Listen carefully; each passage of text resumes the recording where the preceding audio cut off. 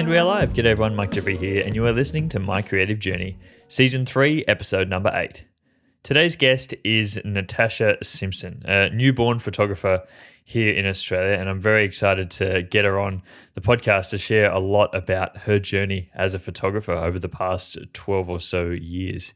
Natasha started out as a wedding photographer, and we go through that whole journey of how she did a year's worth of weddings for free when she first started straight out of high school, and then slowly transitioned into newborn photography over the next coming years, and has been doing that pretty much successfully for the past 8 to 10 years. And I think it's an incredible journey that she goes on, and we talk about the highs and lows and why she really started in newborn photography. I think having a strong why behind your business is super important. And I think Natasha is someone that really just does newborn photography out of the love of actually doing it, and is someone who is so creative and puts a lot of stuff of herself out there in the world and invests herself in projects and puts all of herself into projects that she really enjoys. And I think that's come back to her, and it's really exciting to see.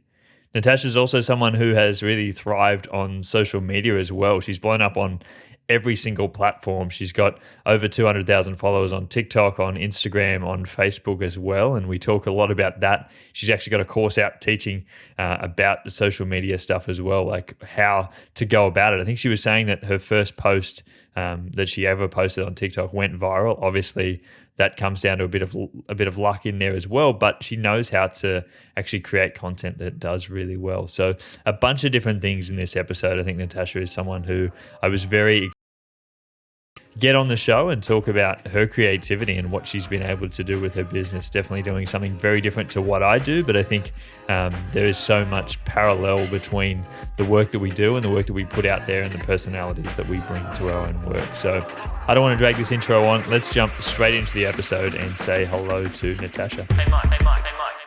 Well, hello, Natasha. Thank you so much for jumping on the podcast. You know, I've had this urge to keep calling you Dawn every day, and I can't get past that, so I've got to ask that coming up as the first question.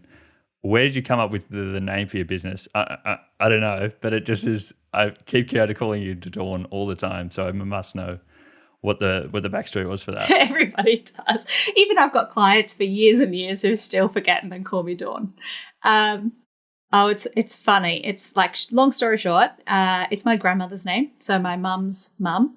And she passed away, I think, when I was about 6 months old. And she had this like box brownie camera. When I was about 10, I decided I wanted to be a photographer. I just took photos of everything. And I think my mum told me about how her mum had a box brownie and, old film camera. And I thought, oh my God, that's so cool. So I started calling my business Dawn Photography. One day I'll have Dawn Photography. And there's not much more to it than like that. And since I had been saying it for so long, when I was about 18 and I registered the business, I had to do Dawn Photography. And plus Natasha Photography, like the connect isn't there, but Dawn Photography kind of works.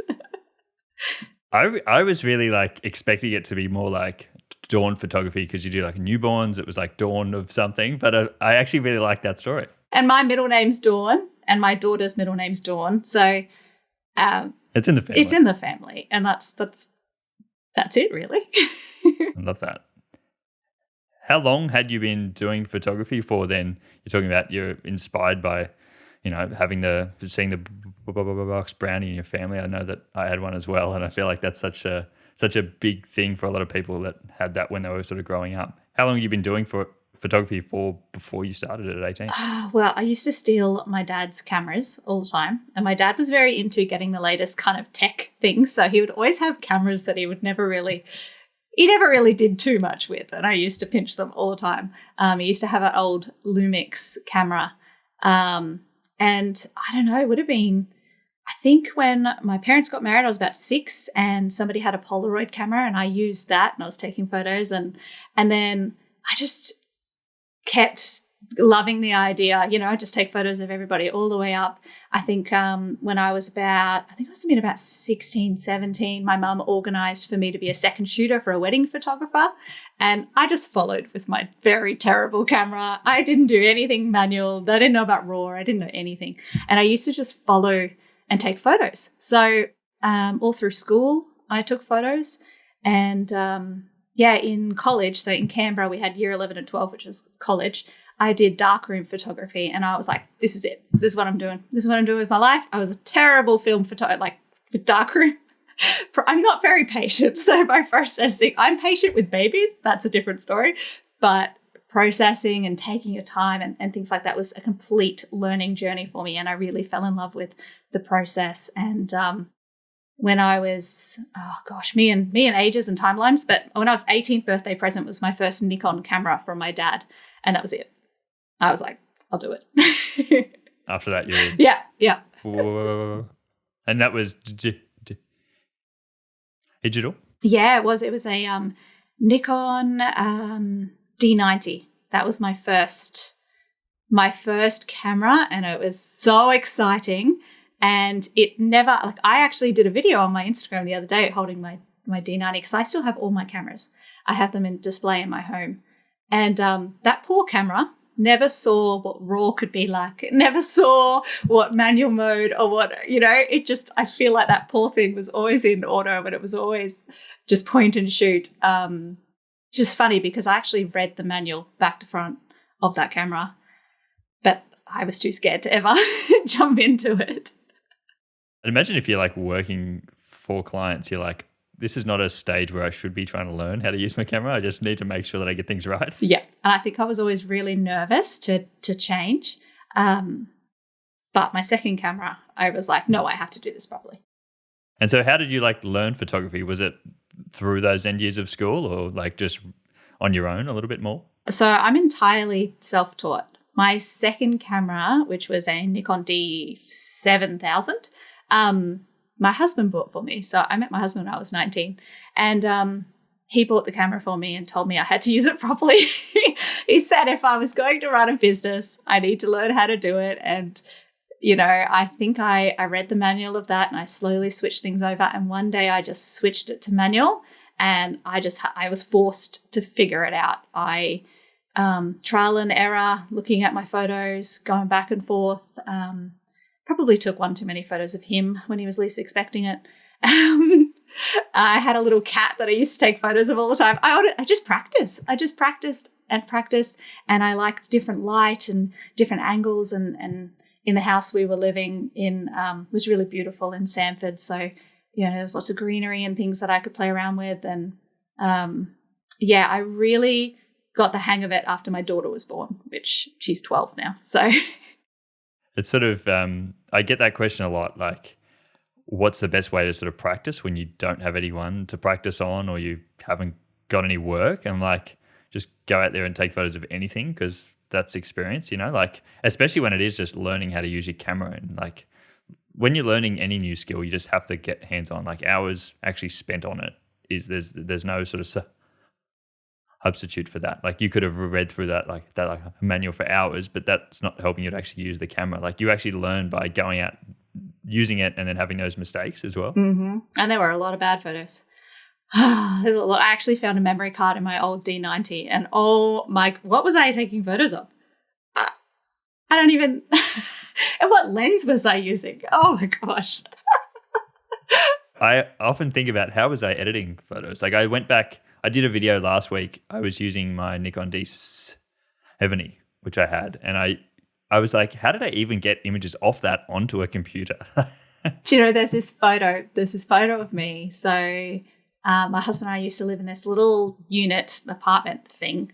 And underneath the staircase, I had this really old computer. I don't even know what type of computer it was.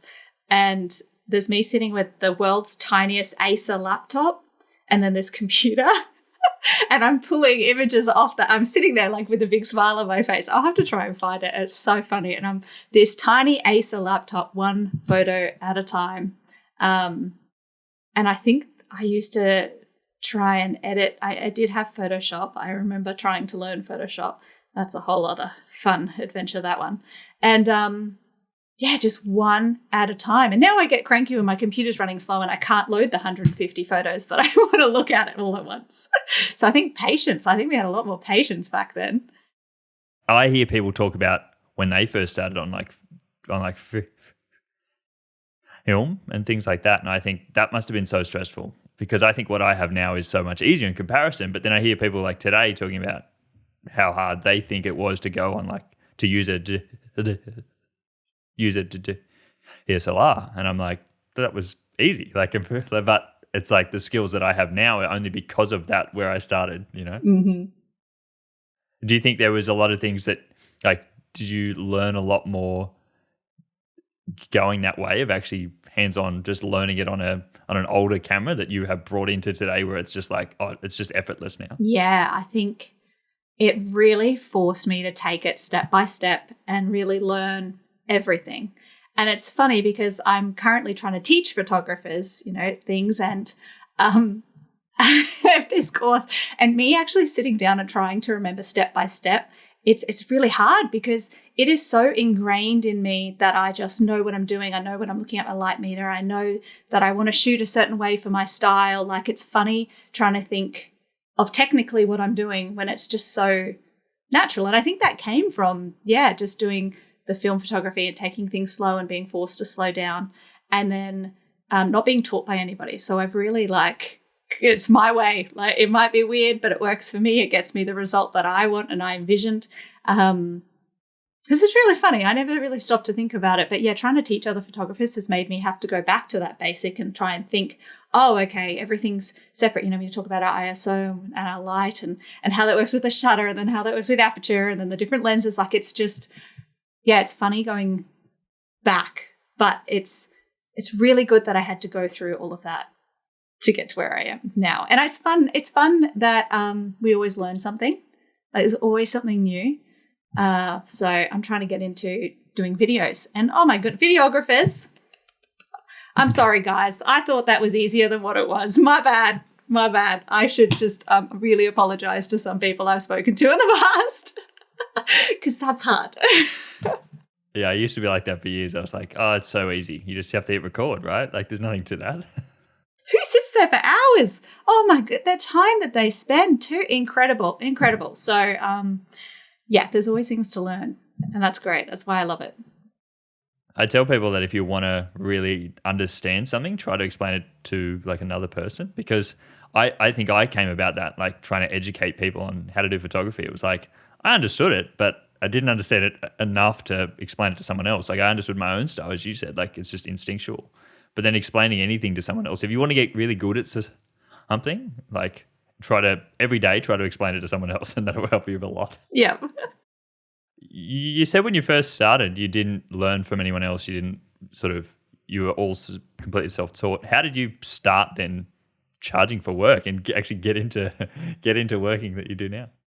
Look, it's funny because a lot of people will be like, oh, Tash, oh, why did you do that? But honestly, I knew from some really amazing people in my life that word of mouth is incredibly important, and building this trust and people taking your name and then recommending them, it's just like, it's everything. It's huge. And especially back before we had like Instagram and Facebook and things to really like sell everything off. I wasn't loading anything onto MySpace, that's for sure. I used to use Gumtree. We all remember good old Gumtree, and I used to put posts up, and I did a year's worth, because I started out with weddings first, almost an entire year's worth of weddings for free. I did not charge a thing. And I took every photo I possibly could. I met all these amazing families, and I know that it's very different these days. We do not encourage to go out and do that. The amount of money I would have spent on petrol and the costs and everything, like, it was insane. But in my head, I needed to get to a place that I thought that I had to get to this really certain spot. It took me a long time. It's probably almost at the end of that first year where I had this one particular couple, and it was amazing. It was like I had got the flow of weddings, and I felt like I was I could get everything done. I knew what was going to happen. I knew ceremonies had different little ceremonies in them, and everything could be different. And that experience made me stop and think, I've got to charge. I know what I'm doing. Like, I've reached this level. The photos might not be incredible, but the experience that I am delivering, and I'm capturing all these moments. And well, technically my work still needed great improvement. Me as myself as a wedding photographer, I needed to charge for what I was delivering, what I was doing. And I was having, meetings with clients and things. And I started quite small charging. Like I used to do wedding days for $500 and then I'd build it up. And it was confidence for me. I can talk to a camera like this. I can do a podcast like this, but talking in front of people scares the heck out of me. So it really was that one particular wedding that made me stop and think, I've got to do this. If I'm going to make this a actual business, I need to charge my worth and I need to go for it. So it was this one particular wedding couple who told me that I should be charging as well. They also said it, and when your husband's telling you and things like that. But I was doing this all alone. I didn't speak to anybody about my business plan. I had nobody to run anything off. My parents had no clue. The other people in my family who were very influential to me were small business owners, but they weren't in the creative industry. So nobody could tell me how much to charge. So I really had to just figure it out. I'm so glad you brought this up because I think it really speaks to, I know my own story is very much almost the exact same. And I feel like a lot of people as well, like how do you start charging for work, especially when you enjoy the work first and foremost, but then you've got this big insecurity around, am I at the stage where I need to be? But all that is in your own head. Like there is no stage really. And for you to get to that one where you're like, oh, I'm now there. How many have you done before you got to that point? Oh gosh, we were trying to work it out. It would have been like a good 40 weddings. The year after I did that, I had a year of so many weddings. My husband was trying to count it. I did weddings every weekend, every Friday, I worked around a full-time job. I just worked 7 days a week. Again, that following year, trying to charge and build everything up. Who knows? If we go through old hard drives, I'm sure it will scare the hell out of me. And I don't want to know how much work I did for free. It'd be interesting to go back and be really like, where were you probably at a stage where you could have charged? I'd probably say from the start, but you probably like after a few, you probably were, but it's so hard because we do hold ourselves back. And I undercharged for so long. I did. And I get this online a lot. People saying like, I worked for free and I did a few for free. And people were like, that's the wrong way to go about it. And I was like, I just wasn't in a position. I didn't feel okay to charge for the work that I was offering people because I had no experience, right? Like, yes, I knew how to use a camera and had that, but I didn't have the experience or the portfolio to be like, I can comfortably charge for this work. And then when I felt like I did, I was like undercharging for a long time because I was like, I don't want to overcharge because I really like enjoy this work and I want to make sure that I'm there every week. Yeah. I also had so many experiences that made me question whether or not I even wanted to do it full time in that lead up. When you do work for free or you do it for a smaller price, a lot of people take advantage of you. It's not all sunshine and rainbow like, oh, I'm going to do the photos. It's going to be wonderful. No, there is a lot of hard moments. There are a lot of people who take full advantage of that. And there were a lot of weddings that made me think, what am I doing? Like, I don't ever want to be doing this. And there are some stories and I just can't, I wouldn't ever recommend to somebody doing what I did for so long. If you had to go back and start it over again today, do you think you'd go the same way? Maybe if I had some kind of very base package that covered at least general things so that I wasn't entirely out of pocket for a couple just to build, but also maybe having some kind of very set plan. So I will be there 1 hour before the ceremony. I will do the ceremony and I'll do the after photos, but then that's it. Like really narrow it down to what I'm actually delivering because I went in with it's like, I'll shoot your wedding. That's it. That's an open statement. That's, I'm going to be there for 14 hours. Like if I had really thought about how long it was, and I wasn't married. I was 18, I had no clue.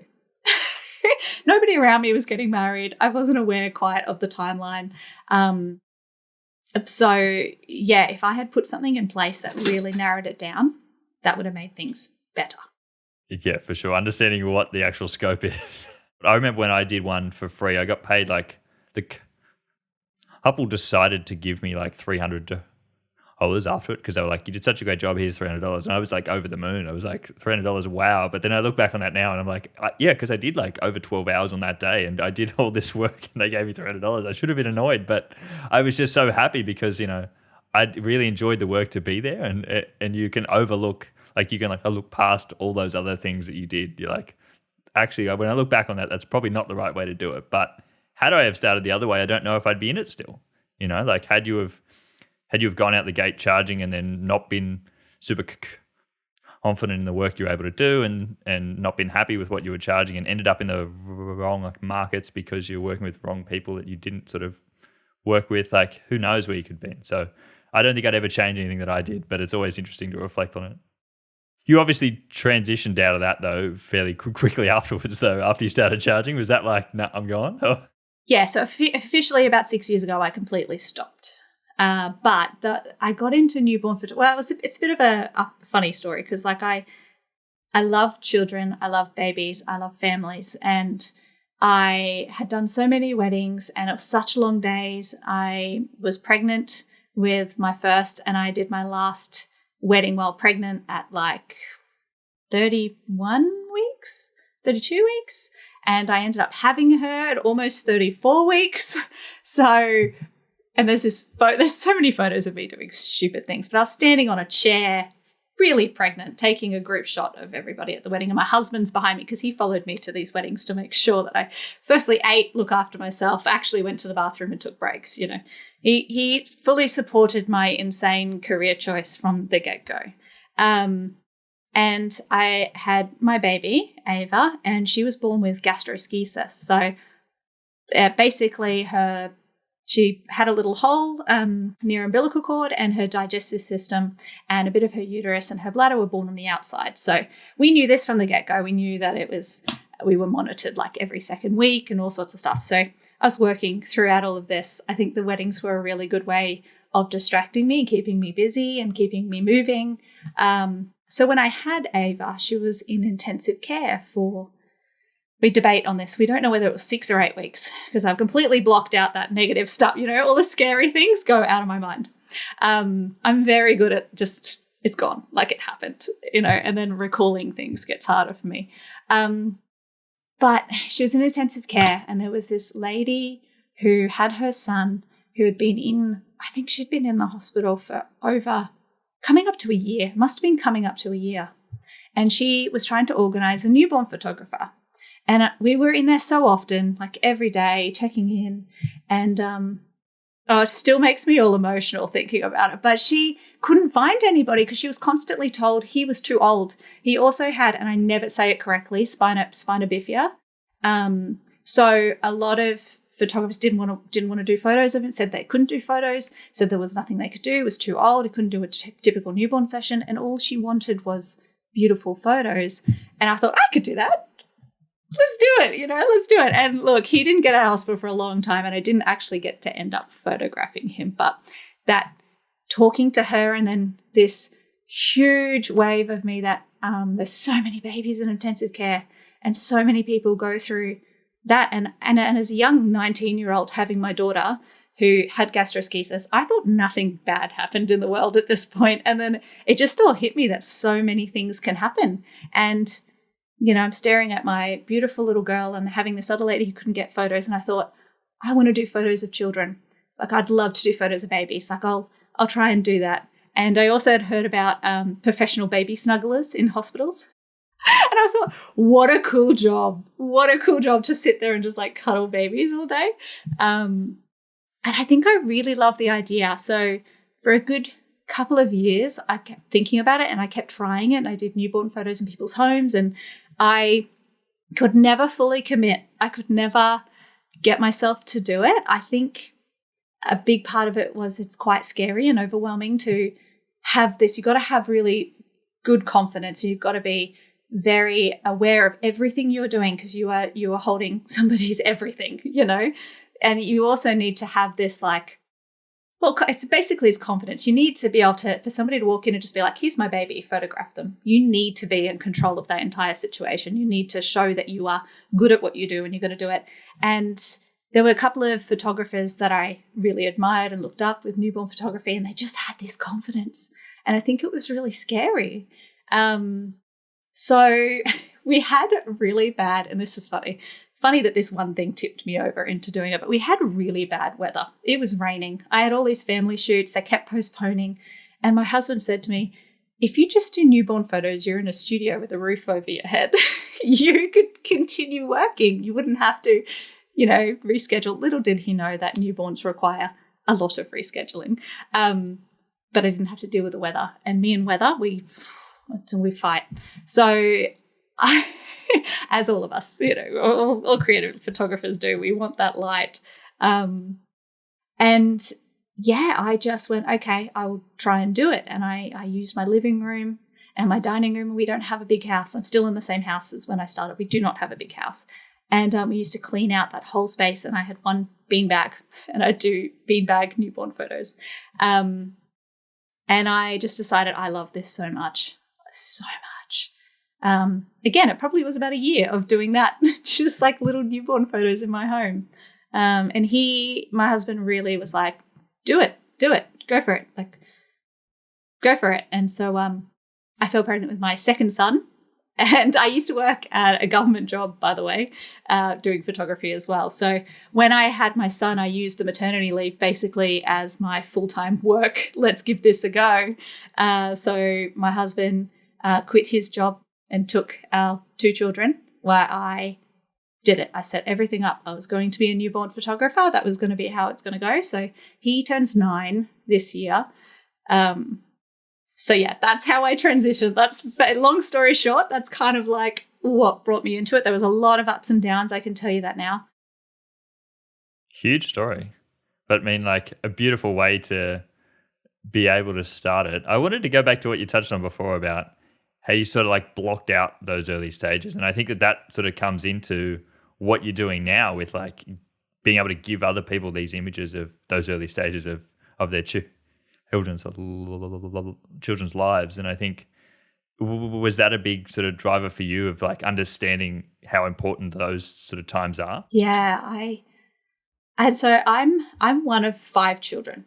So I've always been around young children and babies. Like my sister was 4 when I had my baby, which, unrelated, very funny. My daughter is currently in high school with my sister. They go to the same school, which is actually amazing, by the way. Having a sister who's really good at letting me know the goss on a almost teenager girl is great. Hopefully, Ava, you don't see this. But yeah, I was going to say, I'll probably ask Ava what she thinks of that. She's cool with it. Oh my gosh. Yeah, I think it just hit so important that I had some photos of Ava when she was little, and I held on to them, and I could do cute photos of her little feet and her little hands. And it was just beautiful to be able to hold. And they were just shots they were just nothing like what I can do now, but they were so precious to me of that time. And if I could just give a little bit of that feeling that I had to somebody else, like that makes me really happy. And that's what really drives my business. Like every creative shoot, when somebody gets excited over an idea that I give them, we're going to make it happen. Like it's going to happen. It's going to be amazing. So, yeah, I'm really driven on that. Had that been like a really big point for you to get over that hurdle of not feeling like you were prepared to jump in? Like you said, you'd seen these other people with big personalities and were able to do it, but you obviously genuinely like cared so much about it. How much did that play into when you were first starting?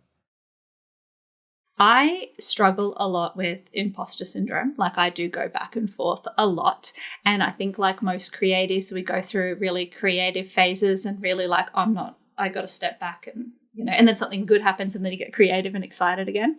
So I do fluctuate a lot in my, am I doing it right? Have I done enough? Have I, that kind of thing.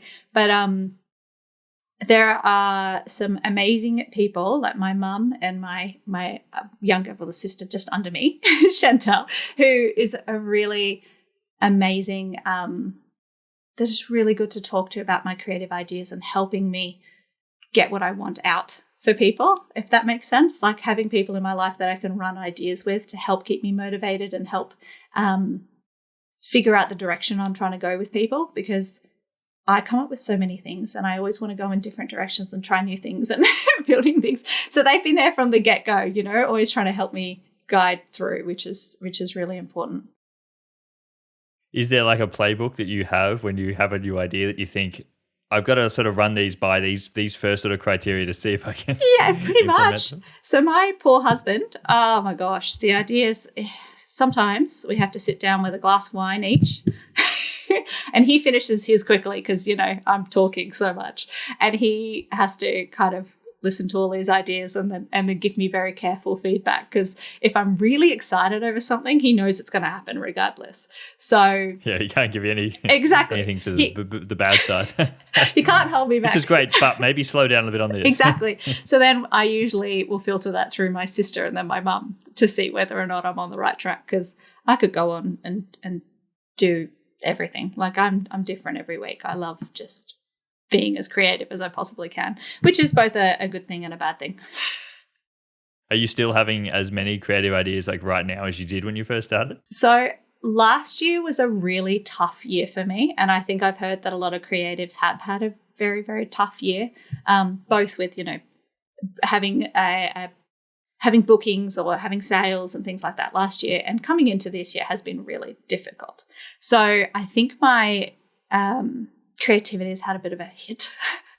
Like there was a point last year where I couldn't think of anything that I really, really wanted to do outside of, I can do beautiful creative sets with newborns, but I like doing other things on the side. I like building big sets that I could do family photos with. And like I've got a beautiful family wooden swing that my dad and I made, and I love putting flowers on that. So I was struggling of doing any kind of minis. And Christmas minis are a huge thing for me. Every year, all my repeat clients expect something bigger and bigger. And it can be really overwhelming and scary to like try and think of constantly what to do. So yeah, I feel like though this last month, while it has been another one of those very roller coaster business wise, I'm coming back into my, you know, I'm excited to do some creative projects, and I have some ideas that my sister has already told me to wall down on. So we'll see how we go. That's good. That's good. Is there anything that you do to like draw inspiration to be able to find it? Is there things that you do in your day-to-day life to be able to get yourself in that headspace to be able to come up? Because it is hard to come up with new creative ideas all the time, especially when you're trying to up yourself like every year. True. Well, Christmas. So Christmas minis are my biggest minis. Last year I had 150 families in my door, in my studio. And my studio is my happy place. It is I walk into that room, it's mine. I have a commercial studio, so it's filled with all of my props, all of my collection. I've got a shed full of things, and that space alone is usually enough to make me just start doing things. But I don't know. It kind of happens, you know. Maybe somebody will say something to me, or they'll mention something that they've done, or, you know, I do love a good inspirational Pinterest scroll now and then, you know, to see what things are trending and what's exciting and what people are into.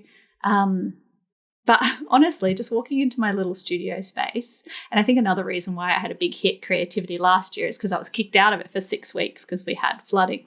So, you know, I wasn't able to be in there for so long, and it drew out into this terrible thing.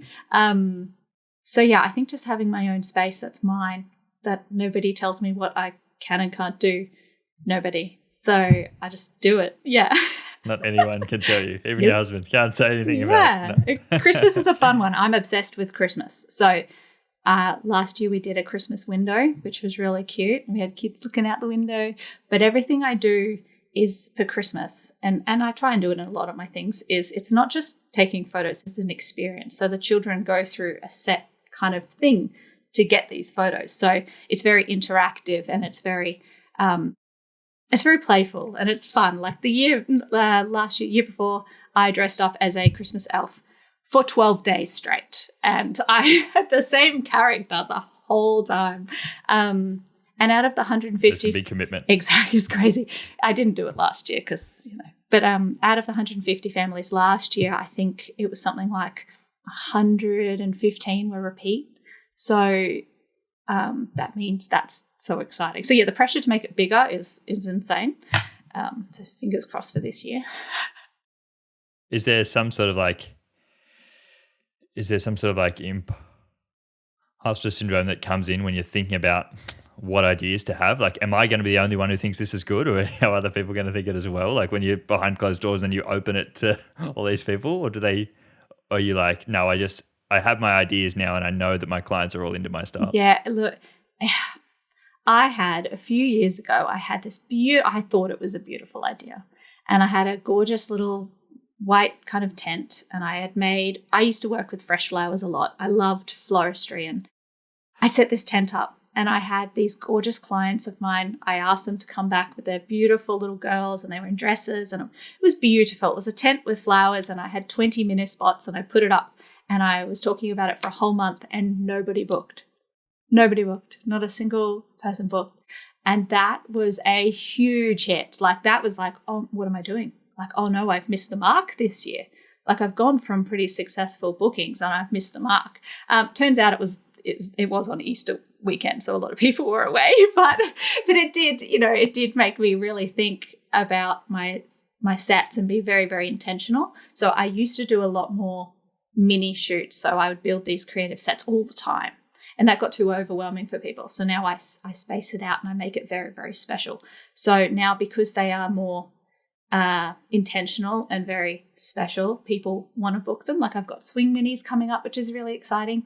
And even if I get 3 families who do it, those 3 families are going to have an awesome time. Like, I'm going to love it regardless. So I think that really took a hit, but I've built from that, and I've now gone, okay, what can I do better? How can I stop this? How can I fix it, improve things? I'm really good at taking something that might not have worked to what I have thought, and then analyzing it and then making it better.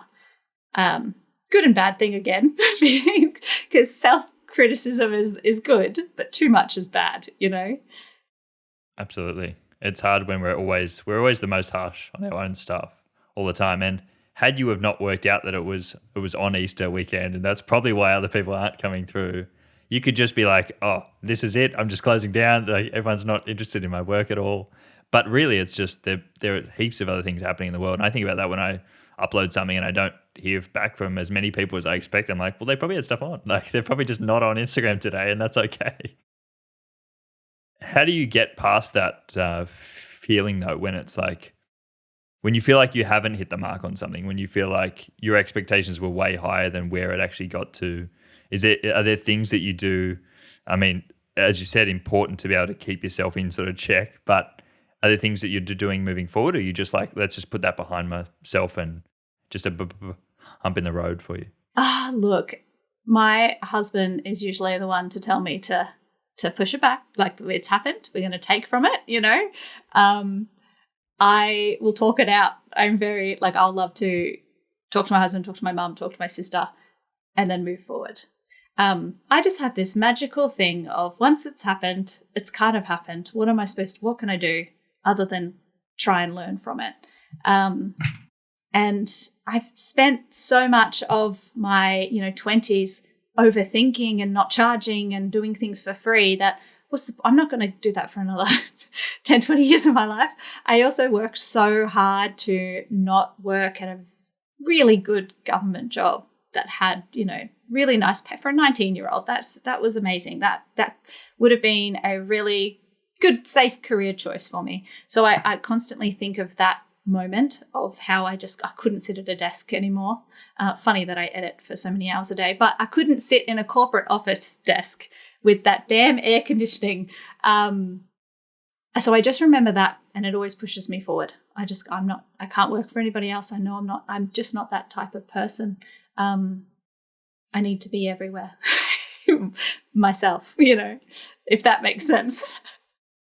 Is that the same sort of like mindset when it comes to actually putting something like new out there in the world? When you do open up a new thing, and you're like, look, I just have to put it out there because, I'm just enjoying where I'm at right now. Yeah. So creativity for creative sets for my clients, that comes to me. That's easy. I think now I've really worked out the best times of year, the best ways to kind of talk to them, email lists and the communication. But for me, teaching, that's a whole new level. This is like I'm trying to learn how to talk myself up. I'm trying to tell people that I know things and that they want to learn from me. And I find that really difficult. So I'm in a stage right now where I have been wanting to do talking head videos for so long. And I have filmed heaps of them. Okay. It's not that I haven't filmed it. And I'm not taking my own advice of if you don't put it out there, no one's going to see it, So I'm currently in this stage of trying to figure out how I want to come across in my teaching, because I'm so like, yeah, let's do it. Come on, just trust me. Come and learn from me. Join this group. Like, it'll be great. But I need to kind of learn how to get my points across a little bit better using social media, and that is a struggle for me right now. So creativity for coming up for videos like that, I am getting constantly stuck, and there are a few roadblocks I'm trying to come. And it's all mental. It's all overthinking. It always is. It always is. It always is. I always tell people, like, I know because I'm the same person. I'm like, whenever someone asks me, why can't I do this? Or I'm struggling with this, I'm like, it's in your own head. You're the only reason you can't is because you're telling yourself that you can't. Like, it's probably not much more than that. Like, there are very few things that we don't know how to do or don't have the skills to do. It's just that we don't believe we can. And so in our own head, we just hold ourselves back so much. And I did that. And I probably still do it to this day. I'm like, every time I go to put something out, let's just come back a little bit. Let's dial that down. When I first started social media, so Instagram more so, TikTok. Well, TikTok's funny for me, by the way. My husband said I couldn't become TikTok famous, and I was like, watch me, and it was a funny joke. It took me a long time to post, and my first video got 12 million views. But I had made that video, and it had been sitting there, and I had put it up, tried to choose music, taken it down, put it up, tried to choose music, tried to write a little caption. That's stupid. Took it back down. 12 million views. I was shocked that, that can happen. Obviously that's very lucky for a video to go like that very quickly, but it was very lucky. Very lucky, very, very lucky. But, oh gosh, if I had just started a little bit earlier, would have saved myself all of this unnecessary stress and all these videos I had made that I'd never shared. I have a folder of videos that still sit there, which I think is hilarious. So it's crazy to hear you talk about this, because I feel like I was having a look at your social media, and I feel like there isn't any that you haven't been successful at. But like, it's interesting to hear you still talk about that. You were still holding yourself back even then. Well, even now, like I said, I've got all these talking head videos. I think it's just teaching isn't a whole new thing for me, and I am struggling with, because I'm too busy to fake how I come across on social media. This is me. What you get is me. There is no changing it. I have no ability to really curate anything in particular. And I think when you come to talking head videos, I'm trying to come across this very specific point, and I ramble on too much. So then, the video doesn't work. But my videos, if you really look at them, I'm not talking to the camera. I found a way to do my social media that didn't have me talking directly to the camera, but it still lured you in and told you a story. Because I know a lot of people, and especially the audience that I was trying to reach was mums. And they want to see what I'm doing. They want to see how I'm flowing from one thing to the next. And it just so happened that works very well with photographers. They want to know what I'm doing. They want to know how I'm doing it. But that came from watching other people, and they were doing time-lapse photos, the time-lapse videos. And time-lapse. We move so fast and it looks crazy and it tells you a story really quickly. But time-lapse with newborns just looks like you're shaking a baby, which is not something, and when you're watching a time-lapse and they're like this, they're like, it's creepy. I'm sorry. I'm really sorry to everybody who does it, but time-lapse and newborns, it just doesn't quite work. So I decided to film what I do and then obviously cut out so it's smaller and really show the key parts. And then I didn't have to talk to the camera. So I just worked out a new way to do it. You know, it's kind of like the faceless stuff, but obviously it's not faceless because you can see me. But that's how I got through my being very nervous to do social media in the beginning. I really still do that. I'm like, everyone asks me, how do you talk to camera? I'm like, I don't. I like stare off camera. And if you've ever seen my videos, I'm like, I'm not ever staring at the camera because it's awkward still to this day to look at a camera. So I'm like, I'll just stare off. And I mean, like, that was the whole reason I started that, because I was like, this is too awkward to be like here on my own staring at a camera. So I'll just stare off into the And I love it how you're talking to yourself. Yeah. It is brilliant. See how it come up with a different way of doing things. So if you just step back for a moment and go, okay, what is really causing me this stress and this anxiety? What is it? Oh, it's talking at this thing. It's talking right here like this. This makes me very uncomfortable. That's very weird. And so I just had to look at that and go, all right, I know what I want to get across. I know the things I'm trying to share. I'm trying to bring you into my studio. I'm trying to invite you into my warm, cozy space that I've made for these babies. And I want to give you 30 seconds of what I do. No interruptions. Like, this is the story. You either watch it or you don't. And it's funny how people only have like a, 0.7 second attention span. Yep. 0.7 seconds. I believe that. It's very short these days. Yeah. I'm like, I know I have to get people hooked, but I also don't like that style. I don't want to, like, I want to feel like it's actually interesting, but not be like, hey, here I am in your face. I'm not that guy. So it's interesting, but it's so like empowering when you find out that you can just be yourself. Exactly. And you don't have to, you can do your style and you'll attract your people. Like, I was like, oh, I don't think this style will ever work for anyone. Like, who's going to be interested in this? Like, I'm so like, I don't have a big personality. And then people are like, oh, this is actually really interesting. Surprise. Who would have known if I would have never put that out there? Like you said, like holding back that video at the start when it got 8 million views, like that's like, obviously people were interested in it. And it's funny what we hold ourselves back from. It's really funny. And then you do it and you still hold yourself back from. Look, it's going to continuously be that way. It is a cycle until you truly break it, which is very hard to do, I know. But it's funny taking trends and things that people say that you should do and then not doing them and having it work, because you really don't know unless you try. And that's exactly what it comes down to. How do you know? How do you truly know for yourself if you haven't put it out there? If you haven't tried anything, how do you know the outcome for yourself? It is different for everybody. It's all good to see the trends and it's all good to try those things, absolutely. But if you don't feel it, if it doesn't work well with you, it's not going to come across as genuine and as real as it should be, because there's always a little part of you like, oh, like this is cringy. I don't like this. So I had to be relaxed with it. So I think that's why it's hard for me to do my talking head videos. And I will post them. I will. Don't worry. They're coming. I've decided. But yeah, I've got to find my way to do that part. Is there like a reason why you want to do the talking head, even though you just be like, it's not something that I enjoy?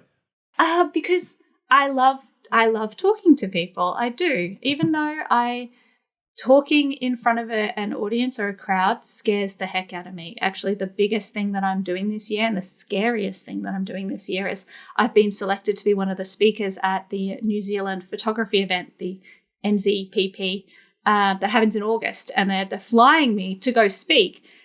Terrifying, guys, terrifying. But that is something that I want to get. That's something I've sat down and gone, I would really, really like to do that this year. It scares the heck out of me, but I do feel so drawn to speak and connect with other creatives, other photographers, and it'll be an amazing opportunity. So I'm trying to get myself into this new comfort zone, this new level, and I feel like it's the direction I finally want to go into. So the talking head kind of videos of me actually talking to people, I've got so many things to say and I'm struggling to say them. And I can't say them in the video format that I do now. So unless I come up with something else magical, like animate myself, do something, anything can happen, anything. And I used to do live videos all the time and I really enjoyed them during well, I guess it was during COVID. I know, I'm sorry I mentioned COVID, but I used to do this thing called Wine Wednesdays. We did a live video every Wednesday. And I didn't always have wine. Most of the time I did. But, and I just spoke to my clients and we had a chat. It was just me talking to myself for an hour, but I'd love to get back to that. So if I've done it once before, I can put up small 30-second videos. Absolutely. And you've also gone down the route of doing more like educational content, online stuff as well. Like that's big and scary in its own way. What was the draw card to being able to start that? So I started a newborn course and I wanted to teach newborn photography, but I kind of played around with that and I had some amazing students in there and that was great. That was one course I had made. Then I realized, I quite like that, but it's very long. It's very formatted. I'm not a very formatted person. So it wasn't quite getting the emotion and the things that I had wanted to get across. So I did a short course that is a small social media course. And I say it's a mini course, I call it. And it's basically an hour of me spewing inspirational things at you and just explaining how I did what I did in 18 months. So how I grew my entire following on all those platforms in 18 months. And yes, it was crazy. And they don't have to do what I do, but this is how I do it. If you're genuinely interested in my story of how I grew everything, that's how I did it. And that was so much fun. The people who did it were sending me beautiful messages, and I really got that same kind of feeling of when I delivered photos to my clients. But then this was helping other people be creative, and it was helping other people put themselves out. So I think that kind of made me go, ooh. And then I discovered school, and it is a basic program. It is simple. I can upload my videos. I can do lives. I can message on one by one to my students. And I've got 70 students in there at the moment. And it's so laid back. It is not formatted. It is very go with the flow, which I know works for some people and doesn't work for others. But in this, it's kind of a hybrid of both. So I've got folders of very, newborn courses in there, social media courses in there. Like it's very, can be formatted, but it's also just so freeing. It's also the community that's in just this group. I love it. The people who are in there currently are just so lovely. And when you start communities like this, it takes a few, just maybe one or two people to start commenting publicly in your little community to get everybody else involved. And there are two particular students I've got in there who are they're just amazing. They're constantly commenting and I kind of treat it a bit like Instagram. I'm sharing a story in there. So I'm in there every day. Like we're video, like messaging, and I'm dropping random videos and they're seeing all the behind the scenes, and there's nothing edited as such. Like I will put the camera in front of me in the studio and set up a session. Like it's just all really good, really laid back, and really nice for people to see that. And I think it is something that I wish that I had when I started. If I had somebody who just had that little bit more experience than me, who could just drop me a few words of wisdom or tell me that I do not need the same backdrop stand that I already have that just lifts 10 centimeters higher, like unnecessary things that, why did you buy that? I wish I had that. There's only so much that like friends and family can help on those things. They're like, I can give you advice, but I'm not in the industry, so I don't really know. Like if you had someone there that you could just ask this direct question who would actually have the answer, it'd be like, that'd be so helpful. Exactly. And I'm learning things from them too. Like in the beginning, I was very nervous to be told, oh, that's not how you do it. Because that's how I've always done it. I'm self-taught. If I've had to make something work, I've come up with it. I've jimmied something up, like it's random. It's like and then they'll go, oh, wait, you just do this. And I've learned to go, oh, thank you. That is so much better. And then bringing everybody else in and being like, have you seen this way? This is better than, I'm sorry, guys, like this. And really admitting that I got it wrong is a whole new fun thing for me. But I'm starting to enjoy it. And I love being told the stupid things that I thought were normal. Were there any big other like learnings that you got through the community of like putting yourself out there, being able to teach others, things that you've learned through that process of how to actually do that, and any sort of best practices that you didn't know when you first started? Look, I had taken a few courses from different people, and I kind of would really look at how they were teaching and think, oh, what sat well with me, what is missing, and that kind of thing. So I think I learned from others with my course creation stuff. But my students have kind of taught me that they like the just open communication. They like me being active in there. They like I do need to reply fairly quickly because as photographers, we're going to do the shoot and it's going to be tomorrow. It's going to be amazing. And we've got this model and it needs to happen. So I do need to be quite on it and respond to people quickly. And I find that really funny. I can imagine that'd be really inspiring for you, though, to be around those types of people that are also really hyped up to do those types of things like you and get yourself out there, be more creative every day and plan these out there things like you are. I think the big challenge is when people are struggling and they come to you and they think that you're going to magically fix everything. But the thing is, we can only tell you our story and our experiences and the things that we've done. We can't teach you how to fix your problem because your problem could be very different from things that we've gone through. But you can't learn anything from anybody if you're a closed book.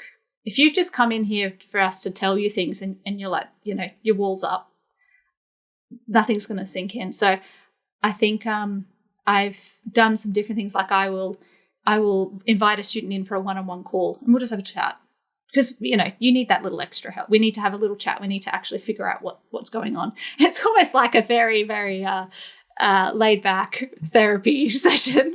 I'm not qualified to call that in any way, but it's nice to have somebody that you can bounce ideas off. And I like being able to just talk to them. We might not come with a resolution. It might just be a bit of a, this is what's happening chat, and they've got it off their chests and they're talking to another creative who, has ideas of, I've been through some shit, so it's okay. So I think just different ways of doing things, it is inspiring though.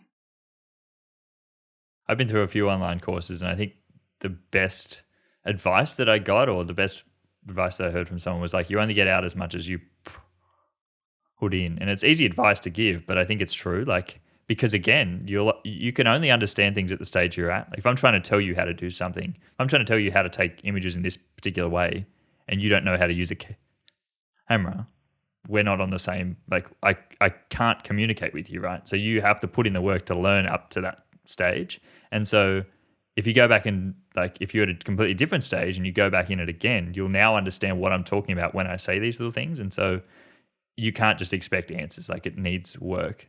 And you have to be willing to put yourself out there, try things. But then it's so exciting, I'm sure, when people do try things and actually come back with results. And you're like, wow, I would have never thought of that way. Yeah, that worked. That's cool. It's hard when some people know that they are struggling. There's something they're struggling with and you try to help them and they go, I already know how to do that. Like that's not the problem. And I think if you're at the step of going to somebody for help or asking, you really need to just... People walk into my studio and they go, here, Tash, take my baby. And that is everything to me. So that's what I've got to try and deliver in my students and my teaching. That level of just ask me, bring it to me. Let's do it. Let's try something. And you know what? If it doesn't work, let's try something else. I just love that you come from that place of like, I totally understand. Like, I get that this is everything for you because it has been everything for me as well. Like whether you're talking about like whether you're doing like a newborn photography or trying to do like educational stuff on how to run a business or how to do social media, like I've been through it. I know this is I know where you're at right now and this is everything for you right now. And I come to you from that place.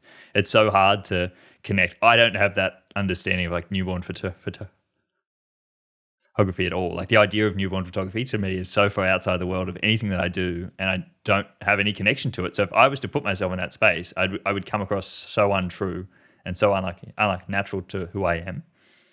But it's so interesting. I always love speaking to people that get passionate about different things because they come from that experience. I'm like, oh, now I totally understand because you're hearing it from someone who genuinely understands and cares. And I think like when you're talking about talking to other people, like expertise is like one thing or where you think your skill is at. But experience is a whole other thing that you've actually gone through it. And that speaks in its own way to something completely else, to saying like, I haven't had 100 Instagram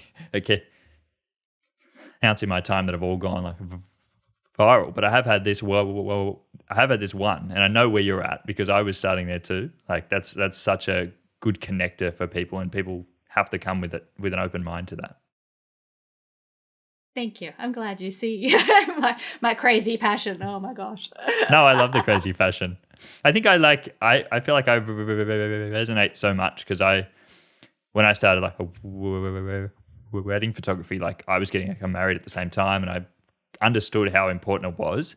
And when I see people now not take it as seriously as I think they probably should, I'm like, this is the biggest day for someone. Like I think that because I haven't had kids or anything. So like to me, that was the biggest day that I've ever had, right? That was so important to me. And to hear people think that it's just a job, I'm like, oh, this is everything to someone. Like take it more seriously. But I don't have that same connection over, like I could talk to them about something completely different and I wouldn't have that same connection. So hearing someone talk about something that is everything to them, I think it's so inspiring. And I'm sure a lot of people are inspired by your work as well, Natasha, like the work that you've done, and hearing you even talk, I'm like, I should go open a studio. Like, I don't have anything behind me here. I need to get something.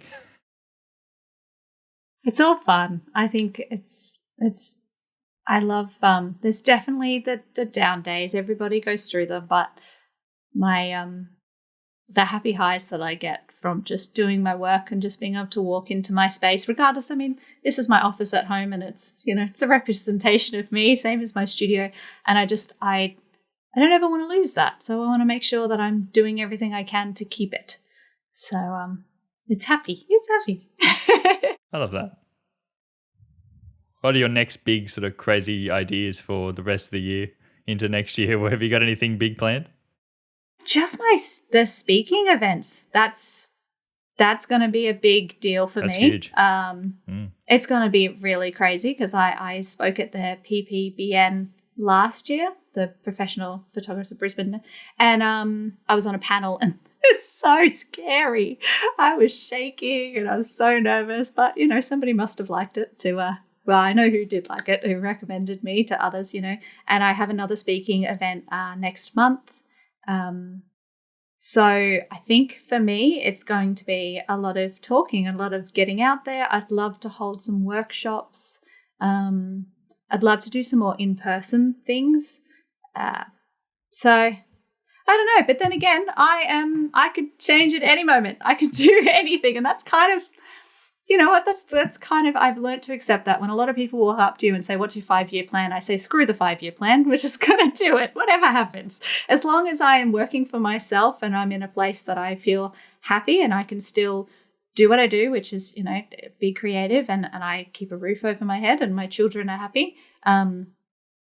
This year's going to be one of those fun ones for me. I've got a daughter started high school, so that's a challenge. And, yeah, I think I'm just going to go with the flow like I always do. Whatever comes. Who cares about the 5-year plan? I'm only 3 months ahead of where I am now. That's it. That's all I can think in the horizon. If it's month to month, I'm cool with that. I honestly don't mind. I've met last year just by pushing myself out of my comfort zone and attending events and going networking and actually speaking to people has just given me this whole new outlook. So I would just love to keep connecting with people. I think that's my big thing. I 100% think you should do some more in-person events. I get so many people ask me for them. They're like, we need more in Australia, more in-person events, more stuff. Like people really want to connect. And just like you said, like we want to, like online's amazing, and I love everything that Instagram's been able to do for me, the connections that I've been able to build through that. But I'm like, every time I go to an in-person event, when I host a workshop or I could go to another event by someone else, I'm like, those connections are real. Like, and I still speak to those people all the time. I get messages from them, like, and I like it, have such a genuine connection. I'm like, oh, I need to do another one because of that. Like, and it's a scary place to go out into the real world. I know what that's like. It's so hard. I hide behind this screen all the time. But I'm like, when I go out there, I know how important it is, just like everything. Once you do it a few times, it's like, I now realize why this was so big and why I needed to do it and why I was probably holding myself back for so long. Like I probably wish I would have started those earlier in my career, like started to actually go out to events when I was first starting to get that help or to like meet people, because I'm like, these are so good. I wish that I had discovered that earlier. That's something I really do, because I done everything alone up till a year ago.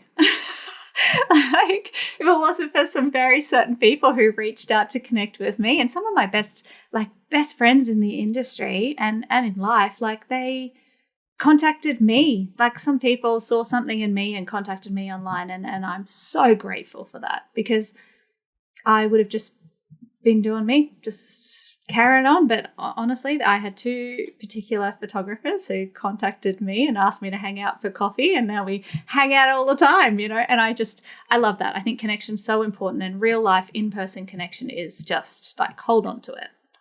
They're the people that you need to be able to reach out and talk to somebody. I'm so grateful. That's crazy that they reached out to you and you still hang out. They thought I was nuts too. And I was like, I am nuts. And they're like, come on. I'm nuts too. Come on. We're like, yay, we're all crazy. It's good. Crazy creatives. It's fun. It is really good. I'm so grateful for the people who have reached out. So yeah, I'm going to continue doing that, definitely. And I want to tell other people the importance of that too. Don't hide.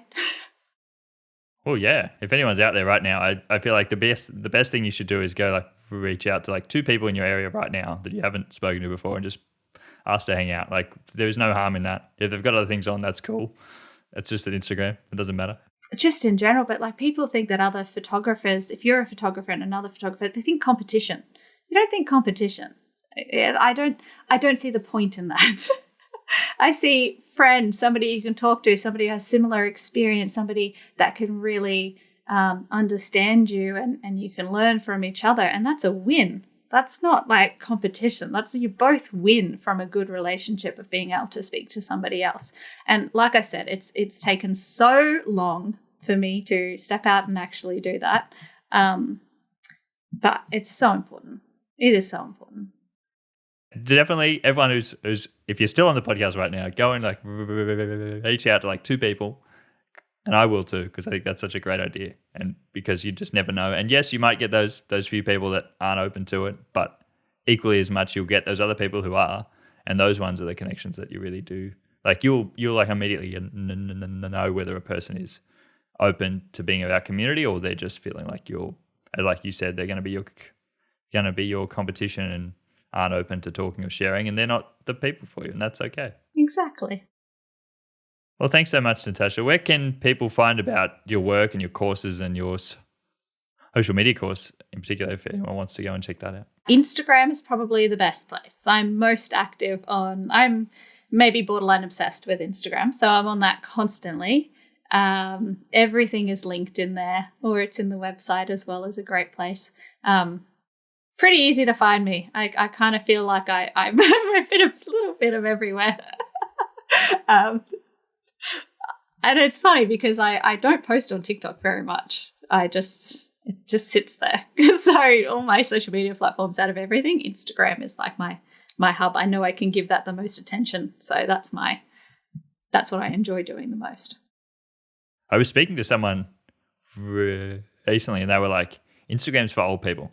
I was like, what? Like, I love Instagram. Like, it's the only one that I'm actively on. Like, because I get like my messages on there. I thought TikTok, yeah, like I don't go on TikTok. Like, sorry, people on TikTok.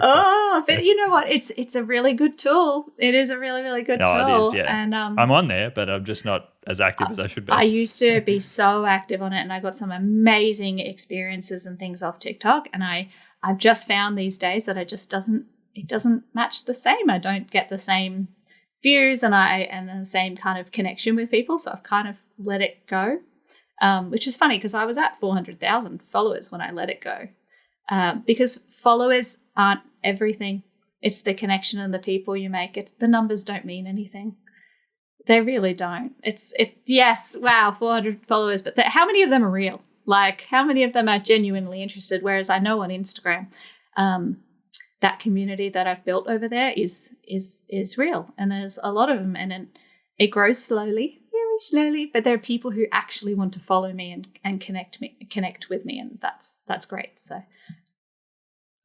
it's the importance of slow growth over just adding up like a video every day that only goes for like 3 seconds, and no one gets to understand anything about you. Whereas when you put more into it, yes, they may not go viral every day, but the connections you make are so much more important. Yeah, there could be 3 people watching that and they hit hard with you, and then that's it. They're your customers, clients, whatever, for life. Yeah.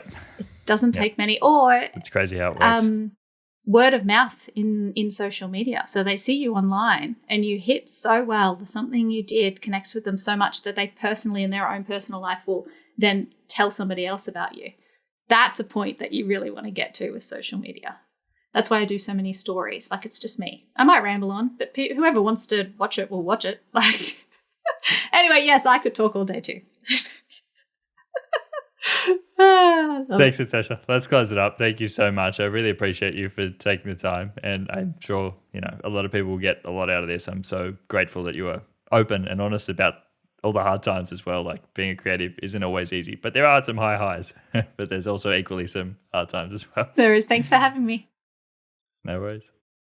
Well, that is the end of today's episode. I really hope you enjoyed listening to this conversation half as much as I enjoyed having it. If you did enjoy today's episode, I would really appreciate it if you did leave us a 5-star review on Apple Podcasts or a 5-star rating on Spotify. Or if you're watching over on YouTube, give us a thumbs up and leave us a comment down below to let us know that you did enjoy this episode.